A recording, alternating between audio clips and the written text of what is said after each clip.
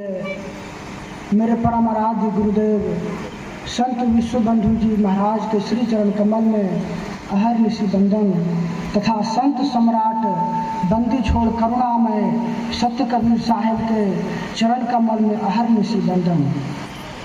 सदगुरु कबीर संत विश्व बंधु महात्मा अनिल समाज की ओर से आप सभी आए हुए संत समाज को हार्दिक अभिनंदन, सुस्वागतम, सत्य साहेब बंदगी। अभी हमारे श्रद्धेय धनंजय बंधु भाई कह रहे थे कि सदगुरु कबीर साहब अनुभव का विषय है। उसके संबंध में एक साखी है कि गुप्त विषय अध्यात्म है, बूझत बूझत बूझ, साहेब अनुभव गम्य है, सूझत सूझत सूझ। अध्यात्म विषय इतना गुप्त और गहरा है कि उसको बूझते बूझते बुझा जा सकता है।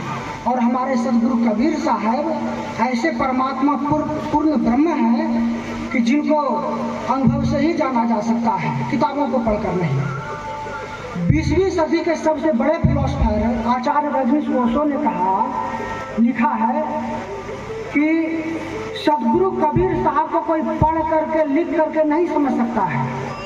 उनको समझने के लिए भाव और श्रद्धा की आवश्यकता होती है।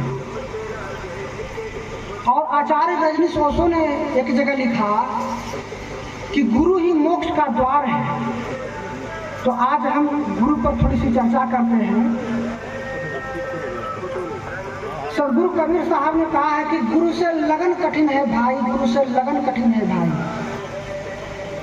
लगन जब लग जाता है तो मतलब जो बिरही आत्मा होती है वो अपनी तैयारी में इतने तल्लीन हो जाते हैं, इतने जोर शोर से भिड़ जाते हैं कि उसको लगन कहते हैं।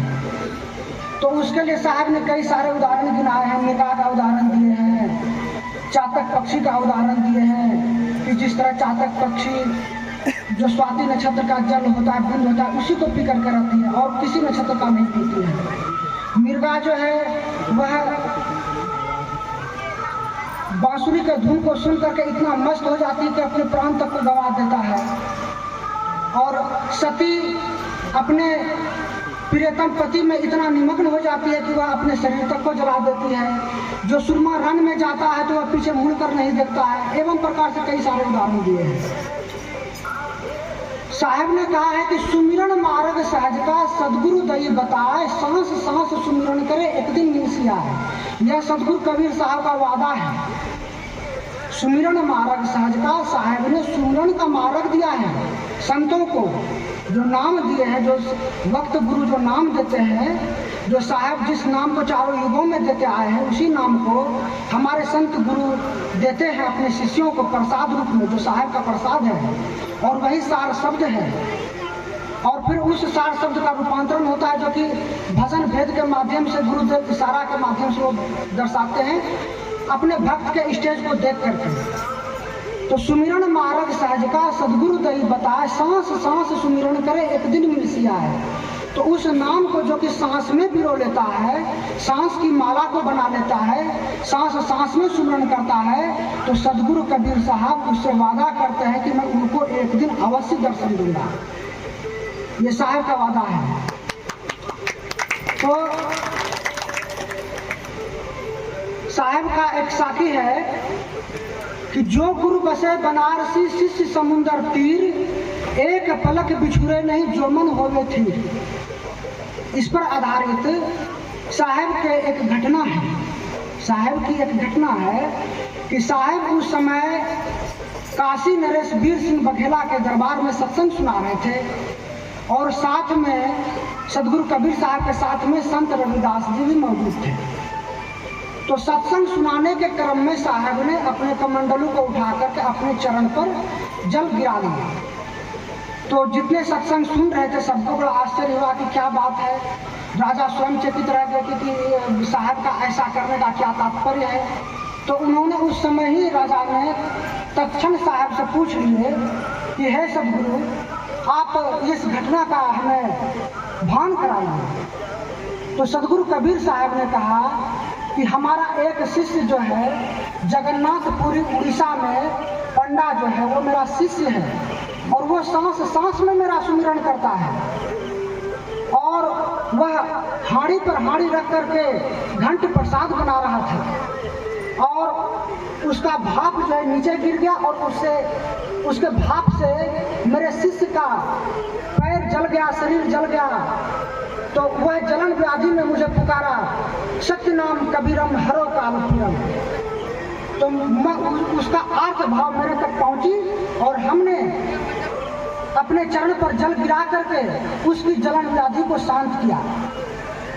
तो राजा को थोड़ा सा लगा कि साहब जो बोल रहे हैं बात को उसकी प्रामाणिकता होनी चाहिए। तो अति तेज वेगवान रथ से जो है इस समाचार को सत्य करने के लिए दूत को भेजा गया काशी से उड़ीसा। और वहां से समाचार पा करके और वहां से जब लौटे तो राजा को वहां की सत्य घटना को सुनाया कि सरकार वहां जो है इस तरह की घटना हुई थी, जो साहब ने अपने श्रीमुख से कहा है। तो राजा को विश्वास हुआ कि साहब ने यह सत्य कहा। तो कहने का अर्थ यह है कि जो गुरु बसे बनारसी, साहब बनारस में विराजमान थे, जो गुरु बसे बनारसी, शिष्य समुद्र तीर और उड़ीसा में समुद्र के किनारे जगन्नाथपुर में पंडा थे। और वहां से आवाज लगाई साहब को, सत्यनाम कबीरम हरो कालपीरम। आशा को गाड़े समुद्र हटा था, जगन्नाथ मंदिर उसी दिन बना था।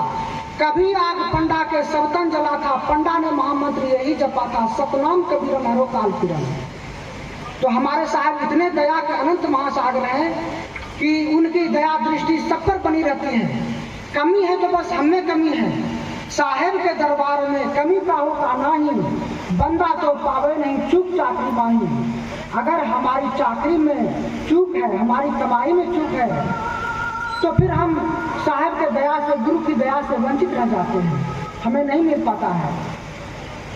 अभी हाल की घटना है, मेरे पिताजी आ रहे थे सुल्तानिया से, रात्रि का समय था और रास्ते में गड्ढा था और टोटो में बैठे हुए थे पीछे, और रास्ते में टोटो रुकी और बरसा से गड्ढा में पानी था और टोटो में पिताजी बैठे थे और टोटो रास्ते में रुकी और सीट जो है कि जो बगल में बैठे थे वो लोग सब उतरे, तो पिताजी उतरे और बगल जिस सीट पर पिताजी बैठे थे उससे इधर मेरे पिताजी आ गए और इधर वाले जो व्यक्ति थे वो इधर आ गए। और फिर गाड़ी आगे बढ़ी और आगे बढ़ने के बाद जो टोटो पलटी हो गया। तो जिस तरफ मेरे पहले पिताजी बैठे थे उधर ही टोटो पलटी हुआ और जो सीट एक्सचेंज होने के बाद जो व्यक्ति उस जगह पर बैठा था उसी की गाड़ी पलटी। और पलटने के बाद जो है कि उसमें तो कुछ लोगों के हाथ टूट गए, सिर फूट गए और जो मतलब जिस तरफ गाड़ी गिरी उसको चोटें आई, लेकिन मेरे पिताजी को बाल बांका नहीं हुआ। तो यह गुरु की दया है। तो ड्यूटी अगर हम करेंगे तो दया हमें अवश्य प्राप्त होगी। गुरु और शिष्य का जो संबंध है वह अनन्याश्रित संबंध है, वह मन के स्तर का संबंध नहीं है, आत्मा के स्तर का संबंध है, इहलोक से परलोक तक का संबंध है। तो हम लोग देखते हैं, महाभारत देखते हैं, रामायण देखते हैं, सीरियल देखते हैं, उसमें बहुत सारी घटनाओं को दिखाया जाता है। आप देखिए कि अर्जुन के पुत्र अभिमन्यु को द्रोणाचार्य ने चक्रव्यूह रच करके उसकी हत्या कर दी, चक्रव्यूह में फंसा करके। और उस अभिमन्यु पुत्र के लिए अर्जुन जी पागल हो गए, पुत्र मोह में वह अर्जुन जी पागल हो गए। और क्या नहीं उसके साथ हुआ, जयद्रथ को वो मारने के लिए शपथ ले लिए, बहुत सारी बातें हुई, कृष्ण के समीप हट कर दिए कि हमें पुत्र चाहिए, बहुत सारी घटनाएं हुई। तो वह जो थे अर्जुन जी, वो गुरु और शिष्य का युद्ध चल रहा था, समर क्षेत्र में थे और द्रौपदी के भाई ने कृष्ण ने छल करके और उसकी हत्या हुई और द्रौपदी के भाई ने उसका सिर काट लिया।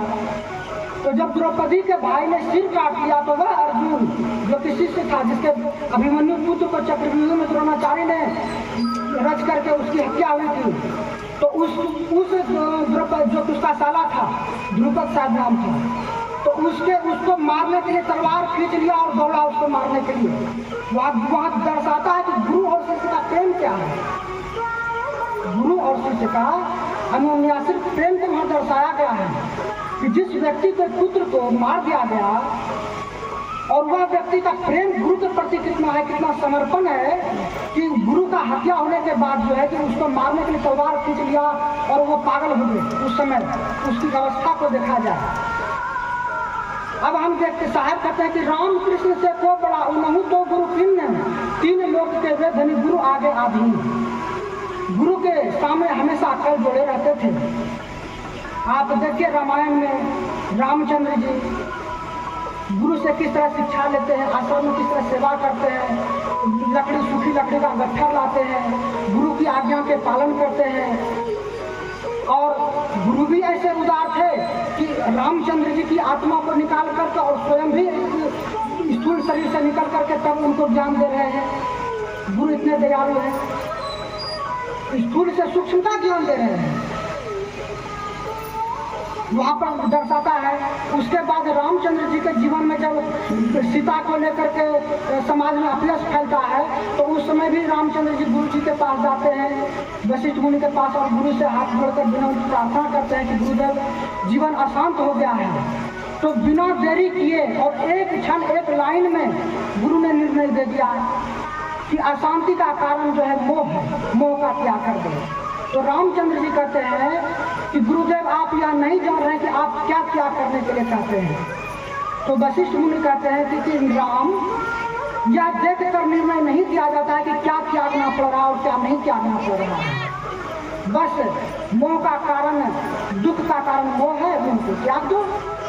तो फिर उन्होंने निश्चय कर लिया और फिर उनके दुख दूर हो गए। कृष्ण जी को देख लीजिए, वो कैसे संदीपन मुनि के आश्रम में सेवा करते हैं, संतों के चरणों को धोकर के पीते हैं। रामचंद्र भी जब वन में जाते हैं तो संतों के चरणों में दंडवत प्रणाम करते हैं, दंडी करते हैं, सुंदरकांड को देखते हैं। यही सब तो पड़ा हुआ है।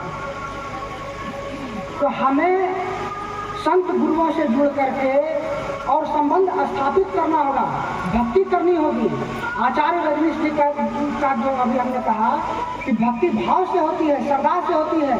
साहब ने कहा कि जो गुरु कैसे बनाते शिष्य समुद्र तीर, एक पल पूछे नहीं जो मैं हुए थी। तो अगर शिष्य कहीं भी हो और अगर वह अपने गुरु में डूबा हुआ है, जो उनको नाम मिला है, जो गुरु मंडल भूमि मिला हुआ है, वहाँ पर लगा हुआ है, उनको जो ड्यूटी करने का मिला हुआ है कि आप 10 मिनट कीजिए और वो 10 मिनट कर रहा है 24 घंटा में समय निकाल करके, तो उन पर दया दृष्टि बनी रहेगी। इतना कह करके मैं वाणी को विराम देता हूँ। अपने गुरुदेव के चरण कमजोरी सबका है।